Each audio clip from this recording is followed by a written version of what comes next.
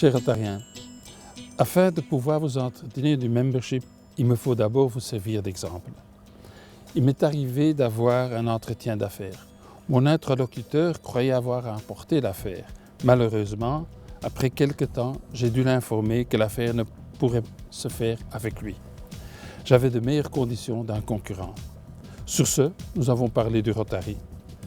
Ensuite, je lui ai demandé s'il n'envisageait pas de devenir membre de mon club. Fièrement, mes amis et moi avons pu l'introduire comme nouveau membre quelques mois plus tard.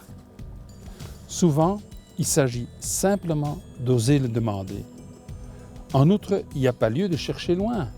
Notre banquier, courtier d'assurance, géomètre, directeur d'école, commissaire de police, entrepreneur, joaillier, etc. Mais également les membres d'associations dont nous faisons partie, tels que le comité de parents, le conseil d'administration de notre club sportif, les administrateurs de notre association d'anciens élèves, et ainsi de suite. Il est important d'introduire de nouveaux membres, mais cela ne constitue que le début. Votre club a-t-il un Mr. ou Mrs. Rotary chargé de former les nouveaux membres à leur état de rotarien? C'est une fonction importante dans la commission membership. Ou est-ce le rôle du parrain dans votre club? Le nouveau membre devra pratiquement immédiatement être chargé d'une ou de plusieurs tâches, dans une commission ou en rapport avec sa qualification professionnelle. Ainsi, il se sentira apprécié et aura une valeur ajoutée immédiate. Les secrétaires, trésoriers, chefs de protocole, dont les prestations depuis des années sont excellentes, qui semblent être irremplaçables, doivent être remplacés d'urgence par des membres plus jeunes.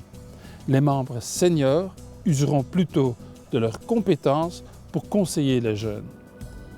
En plus, les jeunes ont droit à une erreur ou à faire une faute. J'en ai fait également. N'avons-nous tous pas des dames dans nos clubs? Les nouveaux clubs doivent être des projets d'amis, des amis qui pétillent d'enthousiasme pour s'engager et de préférence à plusieurs, avec un groupe qui sera le miroir de la société dans laquelle il vit.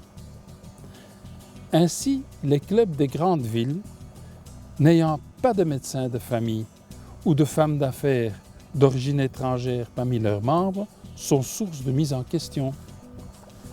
Ces nouveaux concitoyens pourraient constituer, grâce à leur origine différente, mais combien riche, une formidable possibilité d'extension du cercle d'amis et un réel approfondissement des débats. Ils connaissent une partie de la population qui ne fait pas partie des relations traditionnelles de nos clubs. C'est lors de l'Assembly International à San Diego et les contacts avec des collègues égyptiens, jordaniens et chinois que cette autre vision sur l'évolution de nos clubs a fait jour. Certes, cette vision n'est pas évidente. Certains d'entre nous ne l'accepteront pas facilement, mais dès qu'ils auront des contacts captivants avec nos nouveaux concitoyens, un nouveau monde s'ouvrira pour eux. D'autre part, c'est la meilleure façon pour assurer l'avenir de notre club pour une dizaine d'années encore. Nous serons ainsi, pour chacun de nos membres, un cadeau dans notre petit monde local. A gift to the world.